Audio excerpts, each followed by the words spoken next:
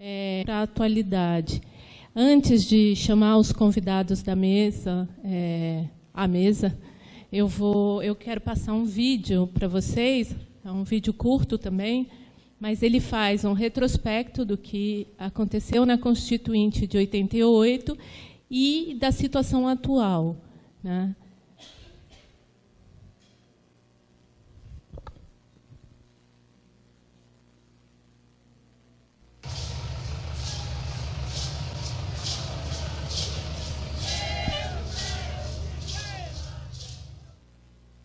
A história do Brasil está andando para trás, porque nos últimos 30 anos a gente não conseguiu trazer mais ninguém para cá. O único índio que está falando hoje, o único deputado está falando hoje, de que vem menos, mais 50 jurunas, os jurunas já tinham mudado a Brasil. Fazendo essa avaliação de 30 anos assim, seguidos, né? O antes da Constituição, que era lutar pela garantia, o depois da Constituição, se lutar pelo cumprimento e agora se lutar para não perder, né?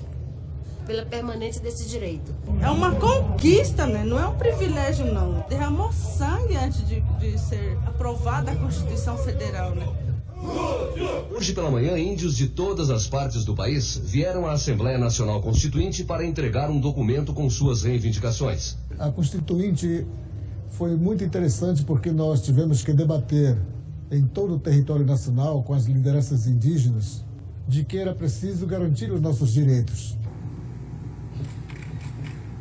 Os senhores não poderão ficar omissos, os senhores não terão como ficar alheios a mais essa agressão movida pelo poder econômico, pela ganância,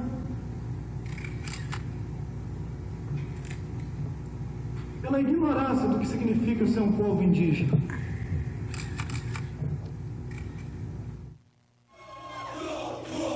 Pintados de preto em sinal de protesto, 50 índios Caiapós e Tchuca Ramães dançaram hoje no Salão Verde da Câmara dos Deputados a dança da guerra. Quando foi votado, com muita emoção, nós subimos aqui no palanque para dançar. Com 497 votos favoráveis, a vitória foi motivo de festa para os índios. Mesmo com o estranhamento daquela época, com a dificuldade deles entenderem o que os índios estavam trazendo de novidade, eu acho que o Congresso era mais respeitoso com a presença dos povos indígenas. Eu acho que de 88 para cá, o Congresso passou a tratar a presença do povo indígena aqui em Brasília como uma presença incômoda. Toda vez que também queremos chegar aqui, nós somos reprimidos, barrados na porta do Congresso Nacional, no Senado. Nós estamos na pior ditadura após outra ditadura que eu conheci. Não, tá nem bem mais como ele. Tá nem mais como ele vai e maquina, tá nem. Então, aí bem eu queria até meio ficar americano olhar ao mó bagagem maquina, tá nem. Por que os povos indígenas não têm direito de ficar aqui dentro? E todo mundo pode passar aqui por dentro, inclusive aquelas pessoas que vêm para aqui para vender o Brasil. Essa casa é nossa. Estamos aqui para reafirmar isso. Essa casa é a casa do povo. E nós podemos entrar aqui e sair a hora que nós bem precisarmos ou entendermos de chegar.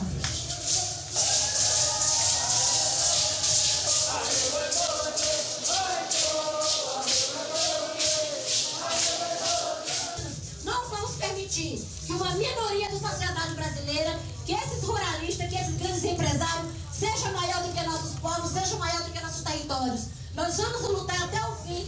Enquanto essas portarias, essa PEC não for revogada, nós não vamos nos retirar dessa casa, que é a casa do povo.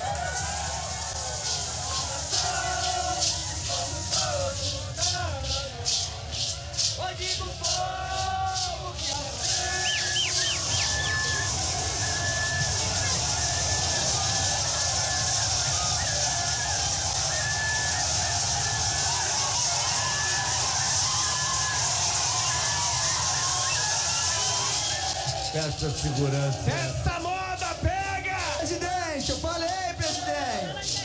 A suspensa sessão. A suspensa sessão. encerrada a sessão e solicito a segurança que possa nos dar condição. As lideranças tomaram essa decisão de fazer mais um ato para que chamasse mais atenção dos parlamentares e principalmente do presidente. Foi quando houve um momento de a gente ocupar, né? Nós não invadimos, nós ocupamos o plenário da casa. Eles falam que aquilo foi muito constrangedor para a casa, porque diz que aqui esse plenário é inviolável, né? Assim que os deputados dizem. Só que para a gente, né? E nós dissemos isso para ele, que inviolável deve ser os nossos direitos, né? Em aditamento ao ato da presidência de 17 de abril de 2013, que cria o grupo de trabalho destinado a debater a questão das terras indígenas, esta presidência resolve incluir na composição do colegiado representantes dos povos indígenas a serem indicados pelo grupo supracitado.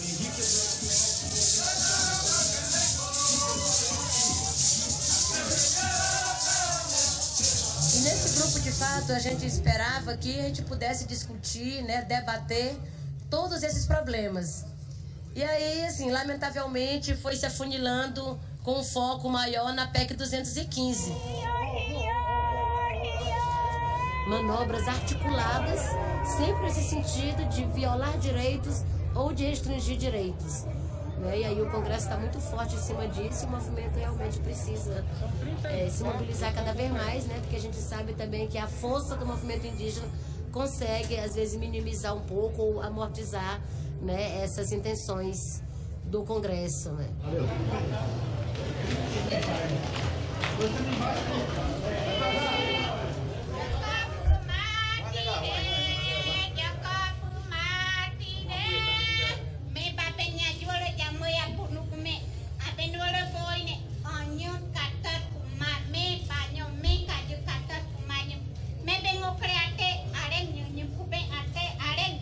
É inaceitável que a bancada ruralista continue mandando no Brasil. Aí tem fundo vai ter nhai boi.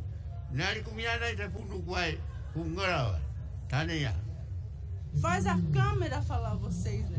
Façam que essas pessoas que estão governando o nosso país, porque nós também somos cidadão brasileiro, né? Nós somos originários dessa terra, né?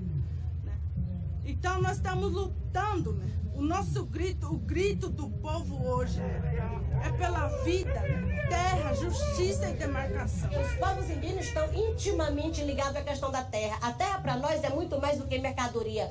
A terra para nós é muito mais do que um pequeno pedaço de terra negociável. Nós temos uma relação muito próxima, espiritual, com a terra, com nossos ancestrais. Nós não negociamos direitos territoriais, porque a terra para nós, ela representa a nossa vida, né? E é por isso que nós estamos lutando. A terra é mãe, e mãe não se vende, mãe não se negocia, mãe se cuida, mãe se defende, mãe se protege.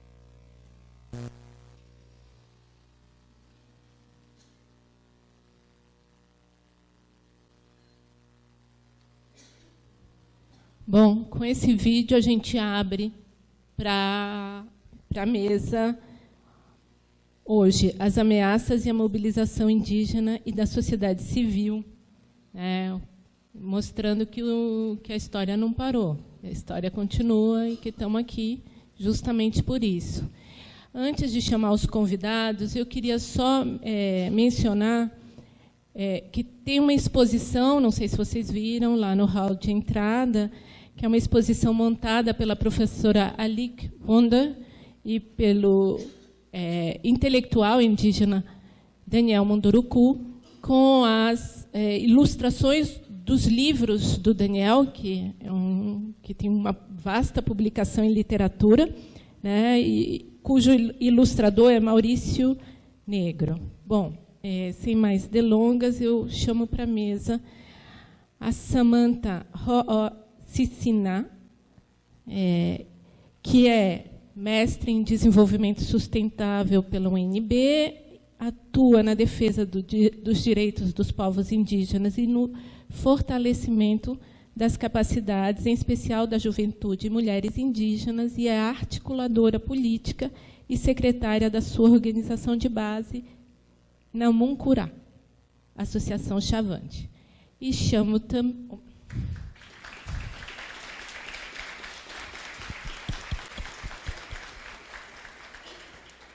A mesa é também composta por Eloy Terena, que é advogado, não é qualquer advogado, é um dos advogados mais atuantes na questão indígena, né?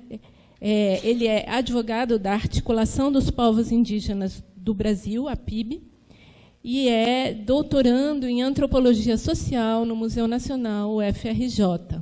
Ele tem outros qualificativos, mas eu já vou passar a palavra aqui para a Samantha.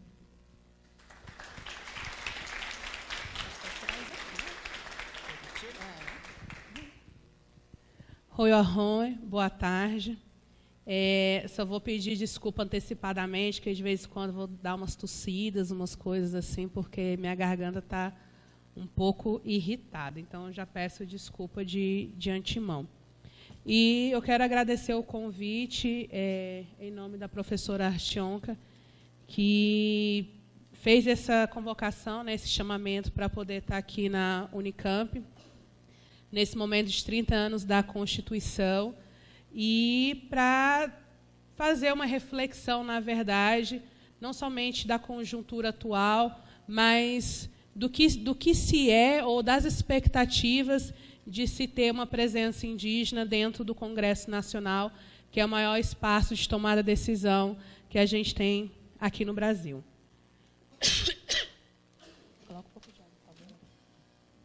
E, para poder iniciar de manhã, né, a parte da manhã, foi bem interessante, eu nunca tinha escutado histórias vivas falarem sobre o processo da Constituinte, então, para mim, foi muito enriquecedor. Né? Uma coisa a gente ler em artigos e ver alguns documentários, e ter as histórias vivas, pessoas que estiveram nesse processo, é muito diferente, né? É muito positivo. Isso demonstra também o quanto é importante o processo de alianças entre movimentos e entre pessoas, que eu acredito particularmente que o processo de direitos humanos a povos indígenas, toda a nação brasileira, ele é necessário essa comunhão entre povos, entre nações, porque não existe o meio-direito, o direito tem que ser por completo. E como de manhã foi falado tanto dessa questão da Constituição, e no vídeo que foi mostrado agora mostrou um pouco do Ulisses Guimarães, eu vou iniciar minha fala que, para mim, no discurso que o Ulisses Guimarães fez em 5 de outubro de 1988, eu convido a vocês a lerem um discurso que é muito interessante. É um discurso muito forte e que ele emociona, porque ele fala que é uma Constituição que ela não é perfeita, ele reconhece que é uma Constituição que não é perfeita, que ela precisa ser mudada ao longo do tempo, porque a sociedade vai mudando, né?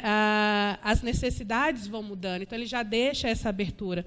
Mas, tanto no início do discurso do Ulisses Guimarães, no final, ele fala o seguinte, que todo o processo da Constituição foi para mudança.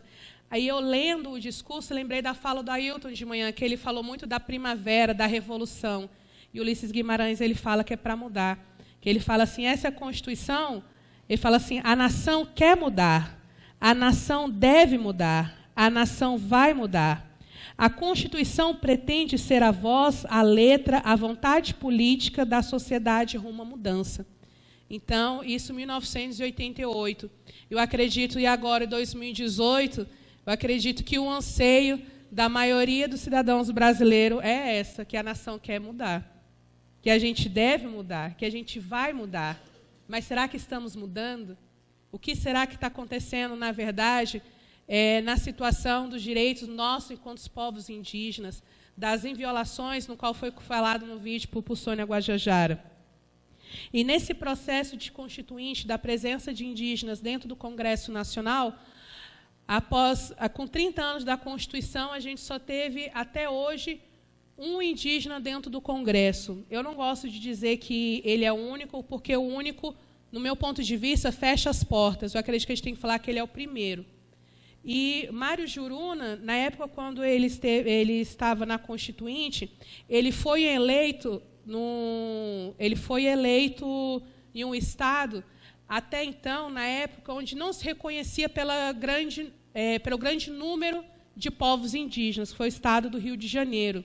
Então, ele foi eleito por uma sociedade de que ele mesmo falava nos discursos dele, que ele defendia a nação brasileira, eram os trabalhadores, os campesinos, os negros, as negras, as mulheres. Então, foram essas pessoas invisibilizadas que elegeram Mário Juruna. Então, assim, ao contrário daquilo que se pensa, muitos povos indígenas que tentam entrar não somente na Câmara Legislativa Municipal, mas também no Congresso Nacional, não adianta também fazer suas campanhas, seus movimentos sociais, pensando somente como nós, povos indígenas.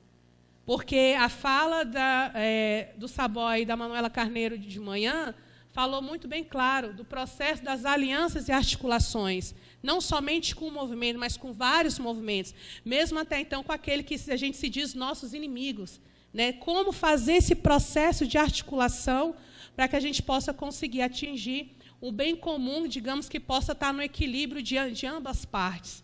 Né? Então, acredito que um dos desafios de se ter uma presença de indígena dentro do Congresso Nacional é conseguir fazer esse gancho que o Juruna conseguiu fazer na década de 80, essas alianças entre as diversidades, que as diversidades unidas se torna mais fortes.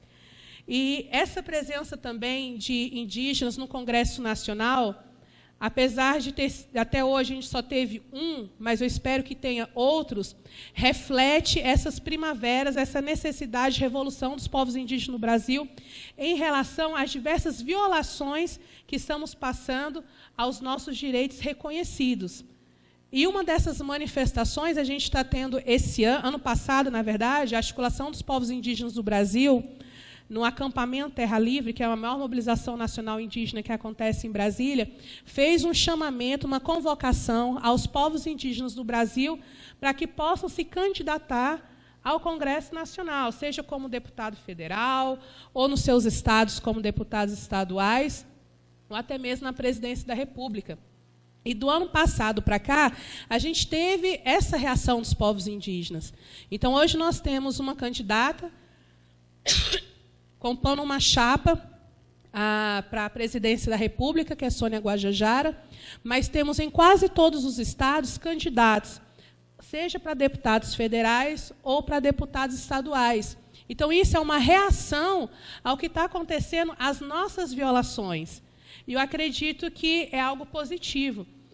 Às vezes, muitas pessoas estão falando, esses indígenas não vão ganhar, porque a maioria da bancada que está dentro do Congresso Nacional é ruralista, ou a bancada evangélica, que a maioria da bancada evangélica que hoje se encontra dentro do Congresso Nacional, ela é anti-indígena, ela é sexista, ou seja, ela não está... É diferente daquelas 22 pessoas, né, Saboy, que você falou que tinha na época da Constituinte. Então, é completamente diferente aquela bancada daquela época para a época de hoje. Eu acredito que, independente ou não, se a gente ter eleitos, mas só de ter um grande número de candidatos reagindo a essas ações, demonstra a nossa insatisfação ao Estado brasileiro. E violar os nossos direitos contra povos indígenas não é somente violar os nossos direitos contra povos indígenas, mas também é violar os direitos de vocês enquanto cidadãos. Porque quem está no contexto urbano, São Paulo, a gente vira e mexe, o Estado de São Paulo, a gente escuta falar sobre crises hídricas, por exemplo. Por que está acontecendo essas crises hídricas? Será que é um problema somente quem está na cidade? Quem está no centro, nas zonas rurais, também já estão sendo impactados por diversos problemas ambientais, por violações ambientais, ou seja, diversas questões que afetam nós diretamente a povos indígenas, não é só nós como povos indígenas, mas a toda uma sociedade do Brasil. E unidos a gente se torna bem mais fortes. E trazendo um pouco também da Constituição, a Manuela Carneiro falou muito bem do artigo 231, eu só vou citar aqui o 232, porque o Congresso Nacional ele também estava querendo aprovar uma lei para poder criminalizar os movimentos sociais como terroristas, né? E a gente costuma falar, poxa, será que defender os nossos direitos, nós somos terroristas? Então, o próprio Congresso Nacional está violando os direitos, porque no artigo 232, no capítulo dos índios, fala: os índios, suas comunidades e organizações são partes legítimas para ingressar em juízo em defesa de seus direitos e interesses, intervindo junto ao Ministério Público em todos os atos do processo. Não somos terroristas. Eu acredito que não só nós, povos indígenas, mas qualquer cidadão brasileiro não somos terroristas. A gente quer defender os nossos direitos e os nossos interesses. Então, qualquer ação que aconteça para violar, aonde está a unidade? Tentar na diversidade a gente se unir novamente, como foi falado nesse momento, nesse resgate de memória histórica que foi feito no período da manhã, desde o processo da ditadura militar até agora. O que será que está faltando para nós, sociedade brasileira, indígena, branca, negra, refugiada, acontecer, para a gente fazer o que Ulisses Guimarães citou no início do seu discurso e no final, que a nação quer mudar, a nação deve mudar, a nação vai mudar, e a gente precisa mudar para vencer. O que será que estamos fazendo como cidadãos, de fato, para ter essa mudança nas nossas ações no dia a dia? Então, as falas que eu estou trazendo é para a gente refletir, não é, na verdade, uma resposta. Porque, para a gente poder ter uma mudança no coletivo, a gente precisa de uma mudança individual. E, para essa mudança individual, qual é a nossa inspiração que a gente está tendo enquanto brasileiros e brasileiras? Diante de tantas violações que a gente está vendo, retrocessos dos direitos humanos, retrocessos dos direitos garantidos, questões básicas, como a educação. Essa semana, vários indígenas, de todas, não só indígenas, mas quilombolas também, de todo o território nacional, estão essa semana em Brasília, em manifestação para a questão do Bolsa Permanência como direito.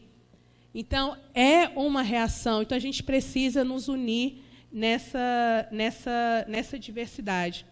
Eu acredito que o estranhamento, o diferente, normalmente, ele gera estranhamento.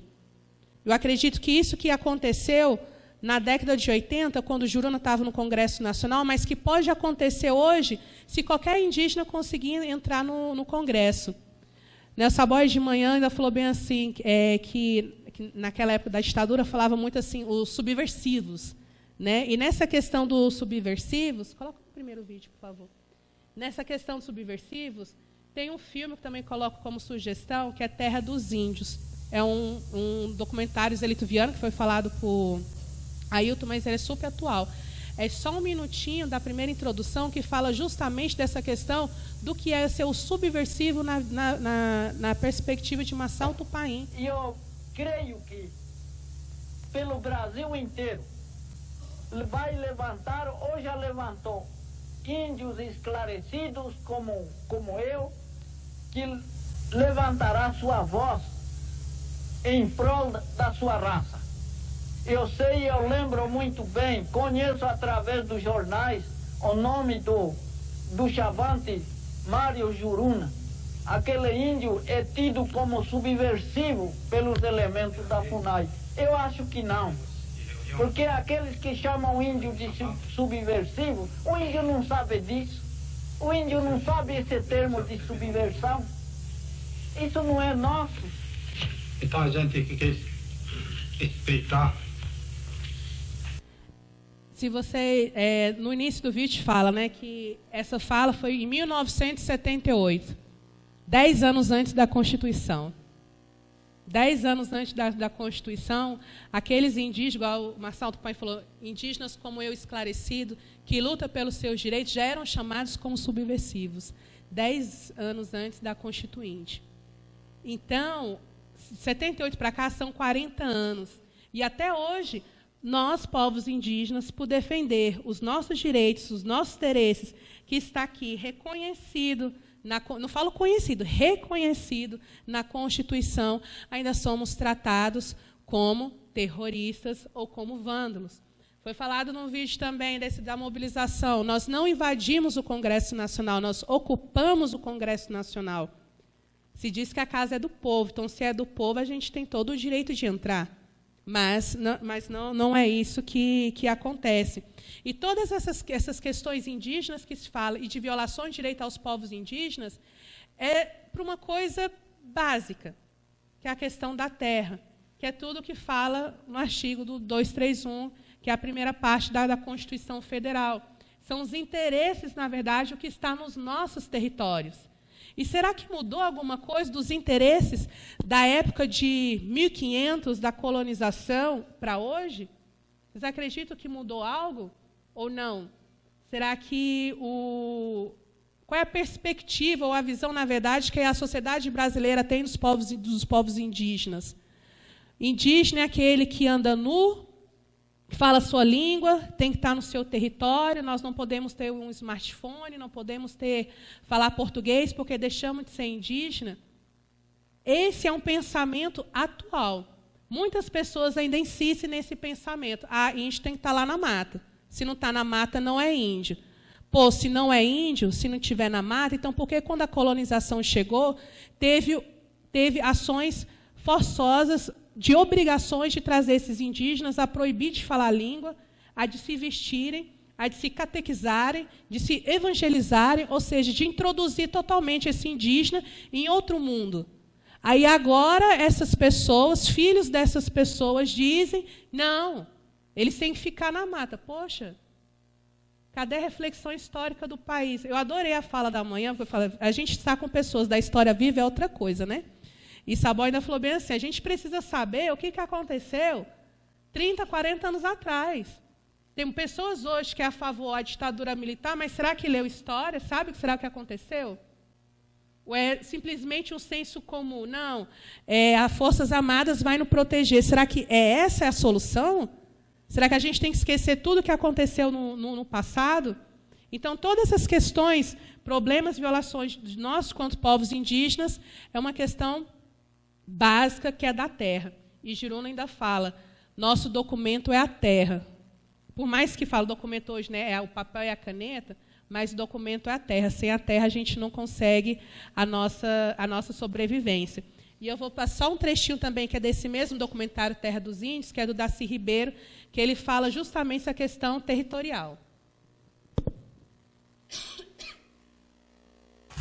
Ou, concretamente, um paulistão que comprou terras em Mato Grosso e que descobre que tem índios na terra, ele se apavora. A presença de índios naquelas terras representa para ele uma ameaça de não ficar com as terras, que pertenceriam aos índios. Então, esse sujeito pode, e o caso ocorreu, pode mandar dizimar, mandar metralhar os índios para acabar com o problema, para que não haja dúvida sobre a legitimidade da sua propriedade.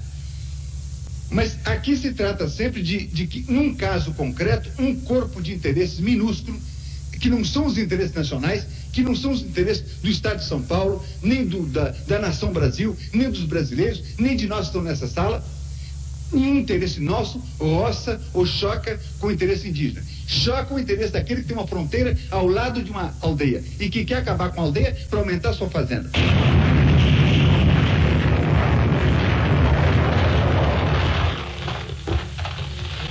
A redução das populações indígenas. Lembrando que esse documentário de 1978, vocês acreditam, a maioria aqui do corpo acadêmico, né, tem acesso a diversos artigos, e vocês acreditam que houve alguma mudança de 1978, nessa fala de Darcy Ribeiro, para a conjuntura atual de 2018 em relação às violações dos direitos dos povos indígenas? O que será que mudou ou não mudou? O que a gente vê passando na televisão, exemplo dos casos, são inúmeros casos que temos no Brasil, mas digamos o que tem mais visibilidade é o estado do Mato Grosso do Sul, na região dos Guarani e Kaiowá. Acontece isso até hoje. no Mato Grosso do Sul, no Mato Grosso, em alguns estados da região norte, com povos de recente contato. Em Rondônia acontece isso, porque lá a lei e a segurança não chega. E chegam essas pessoas de outros estados para poder colonizar, exterminam esses índios, quem é que vai saber? Ninguém sabe, e fica por isso mesmo. Então, essas violações ainda permanecem. Então, por que é importante ter uma presença indígena dentro do Congresso Nacional? Porque hoje nós temos alguns deputados, alguns senadores aliados, mas se a gente tiver indígenas dentro do Congresso Nacional, ele pode fazer uma diferença muito maior, que é fortalecer as nossas capacidades e fortalecer essas, não só essas simbólicas, mas ações expressivas que acontecem dentro do Congresso Nacional para poder defender os nossos direitos. E uma das questões, como me apresentou a Artionca, né, que eu atuo muito pela questão da defesa de direitos dos povos indígenas, mas, em especial, de fortalecer as capacidades de mulheres e juventude, porque, às vezes, acabam sendo invisibilizados, mas todos nós temos capacidade. E vou citar a fala, né, até hoje o primeiro, espero que venham mais. Quem sabe esse ano possa ter várias primaveras em vários estados do Brasil para que haja mudança, no que possa ter mais congressistas em Brasília, no Congresso Nacional, para que, como Juruna, se tivesse mais 50 Jurunas, mas não 50 Jurunas, mas Juruna, Terena, Caingangue, Guarani. Nós temos uma diversidade no Brasil de mais de 300 povos indígenas, falantes de mais de 200 idiomas. Então, se a gente conseguir levar um pouco dessa diversidade para dentro do Congresso Nacional, a gente possa ser um pouco, não com igualdade, mas um pouco mais com equidade também.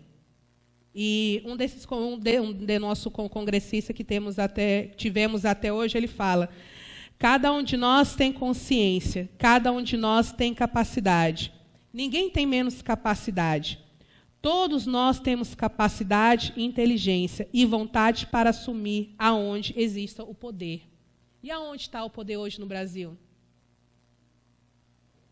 O poder hoje no Brasil está dentro do Congresso Nacional, porque, querendo ou não, é onde está decidindo as coisas para nós, enquanto cidadãos brasileiros.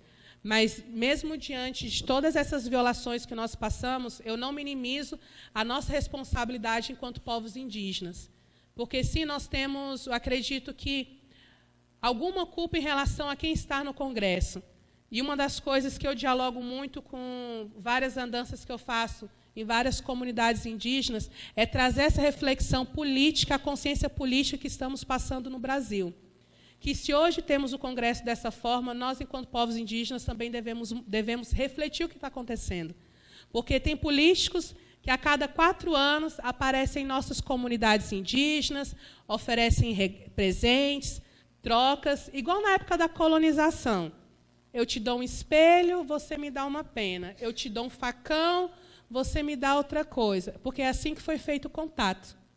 E é assim até hoje que esses políticos utilizam essas manobras para poder, eu nem sei que palavra utilizar, mas para poder explorar, mas eu queria uma outra palavra, mas é para poder explorar de fato. Então, a cada 4 anos, esses políticos vão, não, toma aqui essa cesta básica, vou ser bom para você, vai dar tudo certo, eu vou ajudar a defender o seu território, mas ganha nunca mais aparece.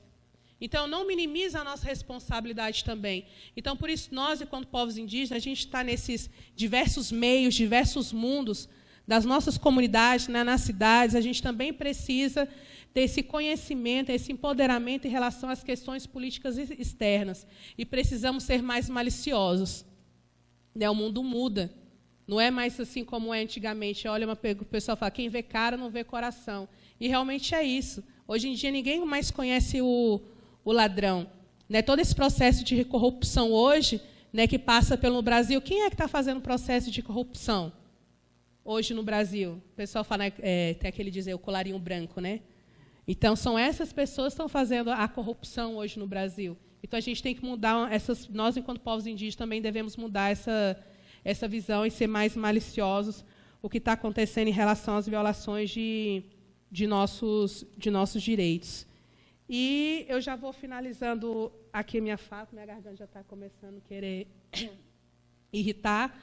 É só trazer, refletir que nesse processo de 30 anos tivemos avanços, sim, tivemos avanços, que temos, o Brasil, ele é signatário à Convenção 69 da OIT, que fala, que é uma coisa básica, que é sobre a consulta livre e prévia informada a povos indígenas, que qualquer ação que possa impactar direta ou indiretamente as nossas comunidades, nossos povos indígenas, devemos ser consultados, informados previamente, só que isso não acontece. Ou seja, é uma violação. Então, esses processos que acontecem hoje, Belo Monte é um dos casos que aconteceu, que foi para o mundo, para o cenário internacional também. Se diz que foi feita a consulta livre prévia informada. Os próprios órgãos, até então, indigenistas, que deveriam defender e proteger os nossos direitos, utilizaram de má fé na época, aproveitando de reuniões, utilizando listas de presença como se fosse consulta, e não foi isso que aconteceu. E a gente sabe que toda instituição, na teoria, a sua missão, a sua função, os seus objetivos, é muito lindo quando a gente lê, mas toda instituição são feitas de pessoas, e pessoas nós somos falhos. Então, apesar dos avanços que tivemos, não só exemplo da Convenção 69 da OIT, no qual o Brasil é signatário, mas também reconhece a Declaração dos Povos Indígenas das Nações Unidas, que orienta, né, não é algo obrigatório, mas orienta ao governo brasileiro, ao Estado brasileiro, a reconhecer os nossos direitos. Temos a política do PNGAT, né, que é a Política Nacional de Gestão Territorial e Ambiental em Terras Indígenas. Sim, tivemos avanços significativos. Temos o SASE-SUS, que é o Sistema de Atendimento à Saúde Indígena, que é ligado ao Sistema Único de Saúde, que é um outro problema que está acontecendo no Brasil, que agora o pessoal está querendo excluir o SUS, né, o Sistema Único de Saúde, que foi um avanço da sociedade brasileira, né, e o SASE-SUS, que é o Sistema Específico de Povos Indígenas, está ligado ao SUS. Então, por isso que eu falo, defender os nossos direitos enquanto povos indígenas não é só nossos povos indígenas. Nós temos uma ligação enquanto a nossa diversidade. Acabando com o SUS, que atende toda uma população, também vai acabar com nossos direitos específicos. Nós temos também alguns avanços em relação à questão da educação. A educação indígena, uma educação diferenciada e específica. Sim, temos avanços, mas não significa que ter esses avanços na teoria, que na prática acontece de verdade. Então, por isso que acontece inúmeras manifestações indígenas, não somente em Brasília, mas em todo o Brasil, para que a gente possa dizer nenhum direito a menos. Porque, como eu falei um pouco no início da fala, não existe meio direito. Direito é direito. Se você tem água na sua casa, para quem mora na cidade, você tem sua água encanada na sua casa, é um direito fundamental básico. Mas se você não tem uma creche para o seu filho poder estudar, é outro direito básico educacional que está sendo violado, ou seja, você não está tendo o seu direito. Então, em nossa diversidade, enquanto povos indígenas, brancos, negros e negras, que a gente possa se tornar uma população mais unida, mais consciente, mais justa. E como já disse Ulisses Guimarães, que 30 anos atrás não é muito atrás, mas a nação quer mudar, a nação deve mudar, a nação vai mudar. E se a gente quer mudar, a gente precisa mudar para vencer. Obrigada.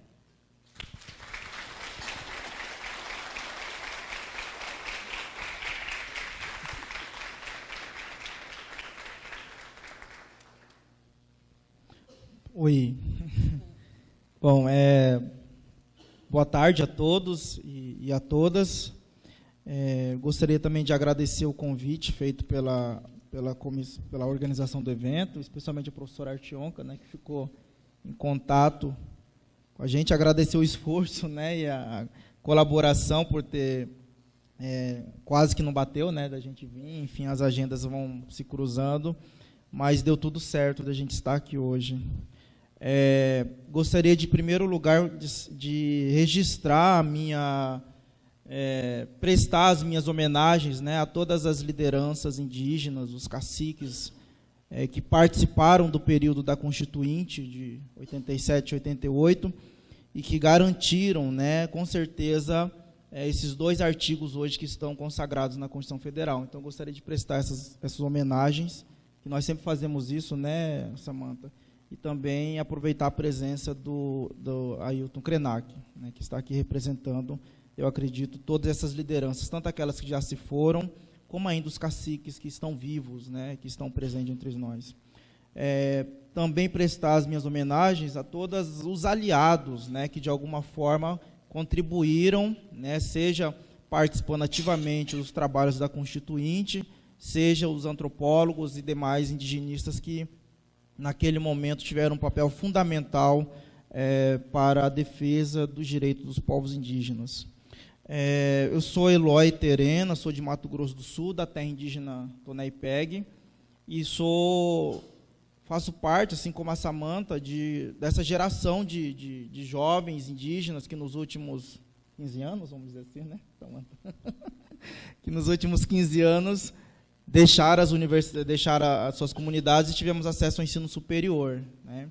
Então, sou advogado, fui advogado do CIMI também um bom tempo, mas hoje não advogo mais para o CIMI, sou advogado da Articulação dos Povos Indígenas do Brasil, da APIB, e tenho dedicado parte da minha carreira, esses 8 anos já como advogado, a atuar nos processos de demarcação de terras indígenas, né, nos processos judiciais, e na defesa de lideranças indígenas que são criminalizadas por conta da luta pela terra. E aí, especialmente o Guarani Kaiowá, né, que nós temos ali mais de 30 lideranças respondendo processos, e Terena também. A mim ficou a parte de falar um pouco, né, trazer reflexões bem rápidas a respeito das ameaças, né, que nós estamos vivenciando neste momento. A Samantha já falou bastante desse processo de mobilização que nós, enquanto movimento indígena, mantemos nesses 30 anos. Né? É lógico, a partir de novas lideranças que surgiram, novas roupagens, novos símbolos que nós se apropriamos também, novas estratégias. Né? Então, nós temos feito isso cotidianamente. Né? A presença nossa em Brasília, ela se mantém ainda, né, seja através do ATL, todo ano, no mês de abril, mas seja, toda semana tem delegação de povos indígenas em Brasília, fazendo essa incidência, seja no Congresso Nacional, seja no âmbito do Poder Executivo, e aí nós temos o Ministério da Justiça e a FUNAI, seja também no Supremo Tribunal Federal, que hoje o Judiciário, sem dúvida, é uma arena de conflito em que boa parte das implicações que hoje afetam os direitos dos povos indígenas estão necessariamente passando ali pelaquela corte. Né? Então, para mim foi muito bom ter ouvido a mesa pela manhã, porque para mim que sou operador do direito e pensando muito, né, a gente fica imaginando muito o que aconteceu lá e qual era a vontade, né, o espírito do Constituinte, vamos dizer assim.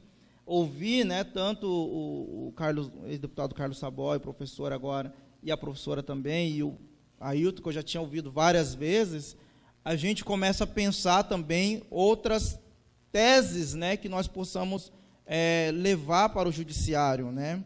Então, eu gostaria de citar aqui, dentre as ameaças, nós temos mais de 180 propostas legislativas atualmente tramitando no Congresso Nacional, que visam retirar esses direitos. Né?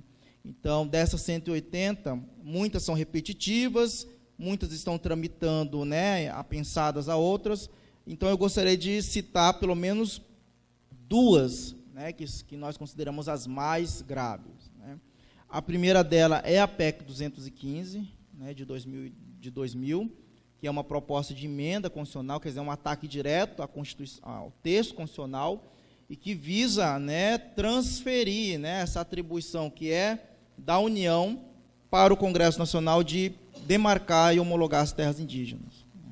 Então, né, quando a professora Manuela lê o artigo 231 aqui, né, e aquela parte final, quer dizer, a segunda parte do 231, em que ele fala que compete à União, né, demarcar respeitar e fazer proteger todos os seus bens, é justamente aí o ataque, né, da bancada ruralista, porque eles querem tirar essa atribuição que é atualmente da União, por meio da FUNAI, né, o procedimento inicia lá na FUNAI, e querem transferir para o Congresso Nacional, né? Ou seja, se isso acontecer, não vai se ter mais terras indígenas no Brasil, né? Da maneira que já está, nós não estamos conseguindo avançar muito. Com a PEC 215, isso vem ferir de morte o artigo 231, que é esse, né, artigo tão bem falado do direito dos povos indígenas. E também eu gostaria de citar aqui o PL 490, de 2007, que está neste momento na pauta da CCJ, né, faz pelo menos uns 20 dias que está já na pauta ordinária, né, da CCJ, e toda semana nós estamos indo lá tentar, né, fazer de alguma forma com que não haja essa votação. E esse PL 490, ele quer, na verdade, instituir o que a professora Manuela já falou aqui, que é o chamado marco temporal, né, que é uma tese jurídica segundo a qual os índios só teriam direito às terras que eles estariam ocupando no dia 5 de outubro de 1988, né, que é a data da promulgação da Constituição Federal. É impressionante você ver, né, o Carlos Saboy falando, né, do espírito da Constituinte daquele momento, né, trazer essa questão do direito originário, e você olhar hoje, por exemplo, um advogado do fazendeiro defendendo a tese do marco temporal numa audiência, né?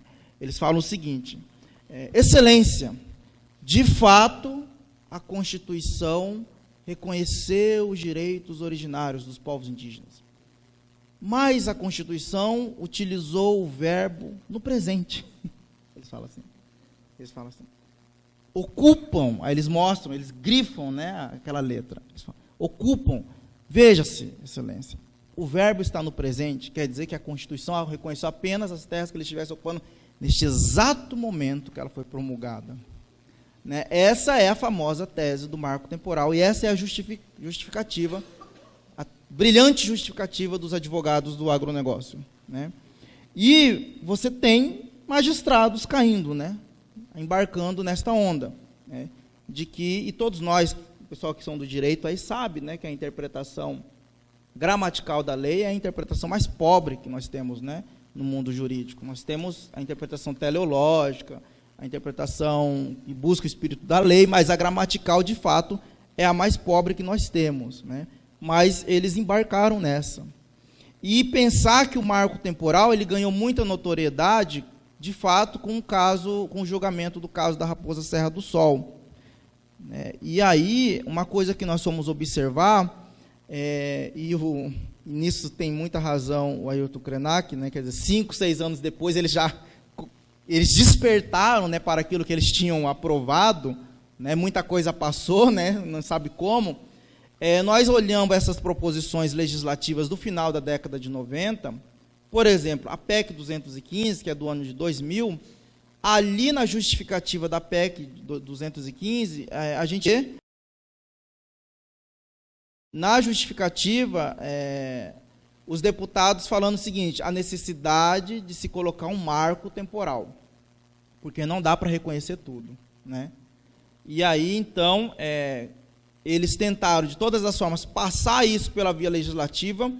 A mobilização dos povos indígenas nesse sentido foi importante, e eles viram no judiciário o terreno fértil para fazer nascer e germinar essa semente. Né? Foi quando eles aproveitaram que foi em julgamento o caso da Raposa Serra do Sol, e colocaram ali as 19 condicionantes. Importante dizer que nem para o caso da Raposa Serra do Sol o marco temporal foi aplicado. É uma anomalia, né? E aí, conversando com os ministros já nos bastidores, alguns confessaram que você implementar essas condicionantes foi uma negociação também entre os ministros, em dar o direito, né, dar uma decisão favorável no caso da Raposa Serra do Sol, mas com a outra mão colocar essas condicionantes. E ali no meio das condicionantes, nem o marco temporal não se encontra ali. Se você pegar as condicionantes do caso da Raposa Serra do Sol, em nenhum momento você vai ver o marco temporal. O marco temporal está no corpo, né, da decisão. E aí vocês têm os ruralistas fazendo uso em separado desses trechos do acórdão do Supremo. Então, essa tese do marco temporal, ela, a partir do caso da Raposa Serra do Sol, ela ganhou notoriedade e magistrados do Brasil afora começaram a conceder liminares, decisões, ou mandando parar o procedimento demarcatório, ou anulando já terras que já estavam consolidadas, ou determinando reintegração de posses de comunidades indígenas, né? Tudo com base no marco temporal.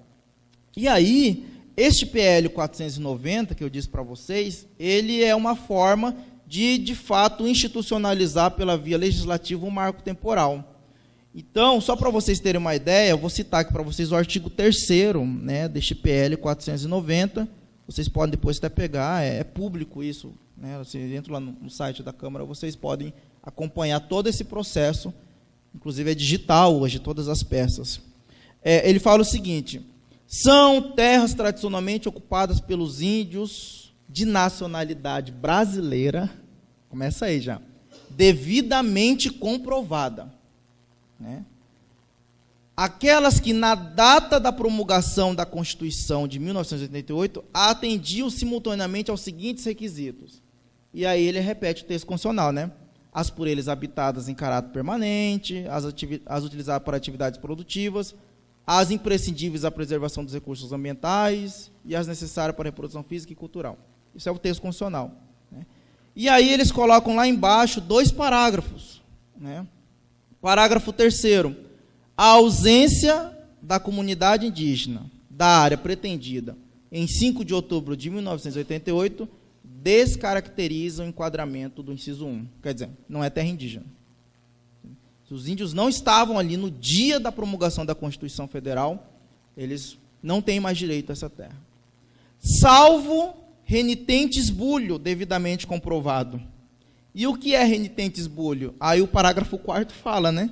Renitente esbulho é o conflito possessório que, iniciado no passado, tenha persistido até o marco temporal de 5 de outubro de 1988. Materializado por circunstâncias de fato, quer dizer, os índios têm que estar em guerra, né, com os fazendeiros pela terra, ou por uma controvérsia possessória ajuizada, quer dizer, ou os índios tinham que estar com uma ação ajuizada na justiça, reivindicando a sua terra. E aí você tem, como se os índios eram tutelados até dia 5, né, de outubro de 1988. E aí, pensando nessas questões, essa questão da capacidade, até hoje, é uma coisa muito difícil de se implementar. Eu advogo para várias comunidades indígenas, e quando a gente, por exemplo, entra com a ação, né, comunidade indígena Guirarocá, por exemplo, comunidade de Guirarocá, pertencente ao povo Guarani Kaiowá, localizado no município de Carapó, Mato Grosso do Sul, vírgula, neste ato, representado por sua liderança tradicional, cacique fulano de tal, né, aí você qualifica, vem com fundamento no artigo 231 e 232 da Constituição Federal, propor a presente ação. E aí você tem um ministro do Supremo, não é qualquer pessoa, é um ministro da Suprema Corte, né, indeferindo a petição das comunidades indígenas, dizendo, ó, vocês não podem estar aqui, porque vocês são tutelados. Quem tem que representar vocês é a FUNAI. Então, nós temos decisões, pessoas, deste ano, de 2018, do Gilmar Mendes, negando o ingresso da comunidade indígena. Nós temos uma outra decisão que saiu semana passada, do Alexandre de Moraes, falando que os índios são tutelados, não podem estar em juízo. Então, mesmo tendo lá, né, o artigo 232 e 231. Então, os desafios atuais, né, são vários, desde o acesso à justiça, que é um direito básico e fundamental da comunidade indígena. O texto constitucional não deixou dúvida nenhuma, né, a professora leu aqui, né, o artigo 232. Os índios, suas comunidades ou organizações são partes legítimas para ingressar em juízo, vírgula, intervindo o Ministério Público em todos os atos do processo. E você vai ter também várias ações ainda tramitando sem a presença do Ministério Público Federal. Nós temos um caso dos Kaiowá, que o juiz recebeu a petição do fazendeiro, não mandou citar a comunidade indígena para contestar, não mandou citar sequer a FUNAI e nem o Ministério Público Federal. E aí ele julga o processo antecipado, quer dizer, a gente fala julga o processo antecipado, pega o processo da maneira que está e julga o processo, anulando a demarcação daquela terra indígena, aplicando o marco temporal. É lógico, nós recorremos, o tribunal reformou aquela decisão, né, esculachou o juiz, né, mas nós temos isso repetindo pelo Brasil afora, no Nordeste, na Bahia, no Rio Grande do Sul, no Mato Grosso do Sul. Mas o PL 490 não trata apenas do marco temporal. Ele tenta, né, e ele mira, né, a sua também para o trabalho do antropólogo, que é o trabalho do antropólogo que fundamenta todo o estudo de identificação e delimitação. Então, quando você chega para o advogado e fala, ó, doutor, eu quero entrar com uma ação porque a minha fazenda está sendo objeto, né, de demarcação de terra indígena, como eu procedo? O advogado ele tem que destruir o trabalho do antropólogo. É isso o trabalho dele, porque é o trabalho do antropólogo que fundamenta, né? Os juristas não têm expertise para isso, né? É o trabalho do antropólogo que ele vai ter que afunilar. E aí eles colocaram aqui no pacote também, olha o que diz o parágrafo 7º desse PL que está em tramitação neste exato momento na CCJ. As informações orais, porventura reproduzidas ou mencionadas no procedimento demarcatório, somente terão efeitos probatórios quando realizadas em audiências públicas ou registradas eletronicamente em áudio e vídeo, com a devida transcrição em vernáculo, sob pena de sanções administrativas e penais. Ou seja, o trabalho etnográfico, né, de você ir lá, colher as fontes orais, documentais, não vale mais. Só vai valer se você for lá na aldeia, pegar o ancião, trazer ele para uma audiência pública, previamente convocada, publicada, convocado todos os fazendeiros, enfim, os sindicatos rurais, e ali ele ser ouvido, né? Olha só o que absurdo é esse. Então, esse PL 490, ele vai muito além disso. Ele fala, por exemplo, da autonomia dos povos indígenas. Ele fala que a entrada, o ingresso e a permanência, de não índios em terras indígenas não necessita da autorização da comunidade indígena. Quem dá autorização é apenas a FUNAI, a União. E ele vai tratar, por exemplo, do usufruto exclusivo dos povos indígenas. Ele fala que o usufruto dos povos indígenas não abrange todas as riquezas que existem naquela terra, né? Eles começam a relativizar, inclusive, o usufruto dessas comunidades indígenas. Então, todo esse cenário nós estamos acompanhando neste exato momento. E para piorar a situação, nós tivemos no ano passado o parecer 001 da AGU. Não sei se vocês ouviram falar. O que a nossa ministra-chefe da AGU fez? Ministra Grace Mendonça. Ela pegou essas condicionantes do STF, que o próprio STF falou que não são vinculantes, que se aplica até o caso da Raposa, somente aquele caso, não se aplica a outros casos, mas mesmo assim ela pegou essas condicionantes e transformou num parecer vinculante. Parecer vinculante quer dizer, os servidores públicos, né, entendem bem disso, né? É um parecer que vincula toda a administração pública federal, no caso, né, direta e indireta. Ela transformou essas condicionantes do Supremo, e aí também o marco temporal, em observância obrigatória por toda a carreira da AGU. A princípio não parece nada, mas é uma coisa muito grave. Porque quem é que faz a defesa das comunidades indígenas e dos processos de demarcação de terras indígenas no judiciário? São os advogados da União. E são os procuradores federais. Então, os procuradores federais defendem a FUNAI. Quando eu falo defender a FUNAI, eles defendem o processo administrativo da FUNAI. O AGU defende o interesse da União, porque terra indígena é bem da União, então tem que ter a presença do AGU. E tem mais um procurador federal que representa, em tese, a comunidade indígena, se ela não tiver advogado. Então, são 3 procuradores. Então, esses procuradores, eles ficam com a mão amarrada, literalmente, né? E o que está acontecendo depois disso é o AGU procurar a gente lá na PIB, falar: Eloy, tem um processo aqui, o juiz deu uma liminar contra a comunidade indígena, tem como você recorrer? Porque eu não posso. Se eu recorrer, eu sou demitido. O AGU não pode defender mais a União. Exatamente, gente. É uma coisa de outro mundo, entendeu? Nós tínhamos lá a minha terra, por exemplo, a minha aldeia, ela é uma reserva do tempo do Rondon, 1904. E quando a FUNAI iniciou o processo de demarcação, o juiz concedeu uma liminar aplicando uma das condicionantes. A condicionante número 17, que fala o seguinte: é vedado a ampliação de terra indígena já demarcado. E aí, na época, a minha monografia falava justamente disso, que terra indígena reservada é diferente de terra indígena demarcada.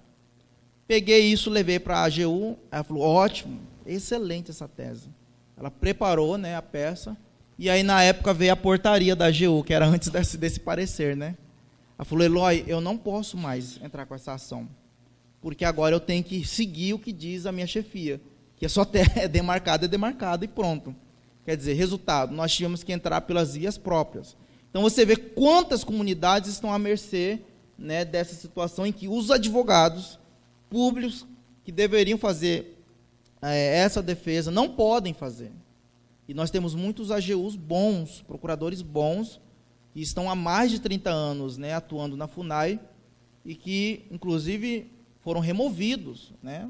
Tem um caso de uma procuradora lá da FUNAI de Brasília, que ela conseguiu aquela suspensão de liminar lá com a Carmen Lúcia, não sei se vocês ouviram falar, em abril, dia 10 de abril, ia ter uma reintegração de posse dos Kaiowá-Guarani, repercutiu, né? Era numa segunda-feira, e a ministra Carmen Lúcia despachou na segunda-feira de madrugada, a polícia estava indo.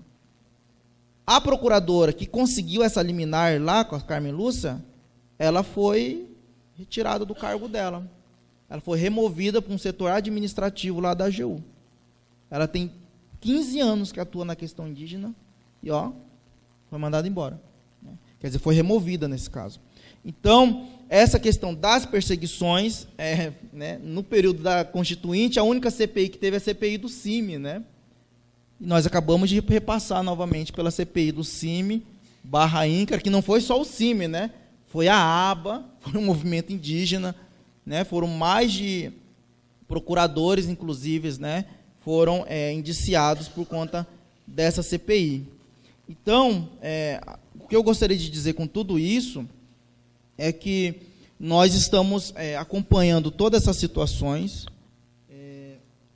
dizer que faz-se necessário, além da defesa, né, dos direitos dos povos indígenas, fazer também a defesa do trabalho do antropólogo, que é fundamental para a defesa dos reconhecimentos dos direitos dos povos indígenas, é necessária a defesa do trabalho também do antropólogo, né, porque eles sacaram isso. Se eles conseguem invalidar o laudo antropológico, todo o arcabouço jurídico cai. Se você anula o trabalho do antropólogo, o processo todo está contaminado, né? E aí, nesse sentido, a gente tem feito esse papel de incidência junto ao Supremo, né? De que o trabalho do antropólogo é o mérito administrativo. O que isso quer dizer? O pessoal do direito, né, já vai saber bem disso. Todo ato administrativo, ele tem, como se diz, ele tem ali os elementos do ato administrativo que são passíveis de controle judicial. Por exemplo, o objeto, a finalidade, né? O ato administrativo tem que ter a sua finalidade legal, a competência, né? Tem que ter uma autoridade competente para emitir aquele ato, mas o mérito administrativo o judiciário não pode analisar. O mérito administrativo é um móvel que a gente fala, né, do mérito administrativo. Então, uma coisa que a gente tem falado muito é que o trabalho do antropólogo, né, a ciência antropológica, é mérito administrativo. E, portanto, o judiciário não tem expertise para ingressar nessa seara, né? E nós temos feito muito esse trabalho de sensibilização junto aos ministros do Supremo. Inclusive, na última vez que foi julgado um processo importante de demarcação de terras indígenas, o ministro Ricardo Lewandowski falou disso, né? Ele falou que a ciência antropológica não é mera literatura, é ciência, né? E que possui método próprio e que o conteúdo exarado ali naquele trabalho antropológico é mérito administrativo. Isso quer dizer o quê? Que não pode um juiz, no âmbito de um mandado de segurança, conceder uma liminar anulando todo um trabalho do antropólogo sem analisar profundamente essas provas, né? É isso que ele estava dizendo. Então, pessoal, são essas ideias que eu gostaria de trazer para vocês, né? PEC 215, o parecer 400, o PL 490, 2007, que está agora na pauta do movimento indígena, parecer 001, né, essa questão da capacidade processual das comunidades indígenas, que ainda nós estamos lutando, quer dizer, a Constituição está fazendo 30 anos e ainda nós temos ministros da Suprema Corte Constitucional que ainda não reconhecem a capacidade dos índios estarem em juízo por meio de advogado próprio, defendendo seus direitos. E, por fim, falar também do papel do MPF, né, que nós temos falado muito. O Ministério Público Federal, quando está em processo envolvendo interesse indígena, ele não funciona como fiscal da lei. Ele funciona como defensor dos direitos dos povos indígenas. Eu digo isso porque já teve casos em que a comunidade indígena no processo falou uma coisa e o MPF falou outra. Totalmente diferente, né? Quer dizer, o MPF, quando está atuando em processo em que figura povos indígenas, pelo nosso entendimento, eu acho que foi isso que quis o Constituinte, né, ouvindo hoje, o MPF não atua simplesmente como um custos legis, como um fiscal da lei. Ele está ali para defender o interesse da comunidade indígena, né? E também reforçar o conceito de terra indígena, que a professora Manuela já trabalhou aqui com vocês. Dizer que o conceito de terra indígena é um conceito que nós chamamos no direito de conceito vinculado à Constituição. Então, estando presente aquelas categorias que a Constituição arrolou ali, é terra indígena. Então, terra indígena não é invenção da FUNAI, terra indígena não é invenção do CIMI, terra indígena não é invenção da cabeça do antropólogo, porque o seu conceito está ali na Constituição Federal. Então, nós chamamos isso de conceito vinculado à Constituição Federal e que nós temos defendido muito isso.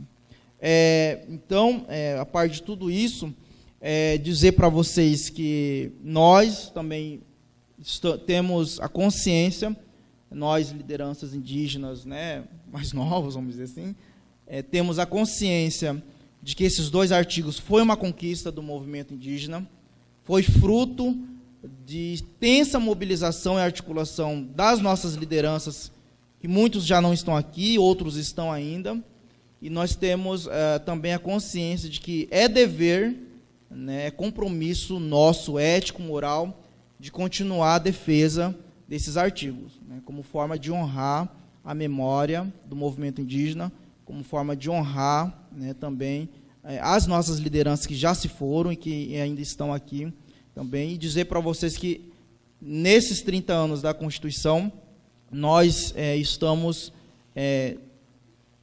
assim, conscientes de que não há outro caminho a não ser defender esses direitos que estão na Constituição Federal. Muito obrigado.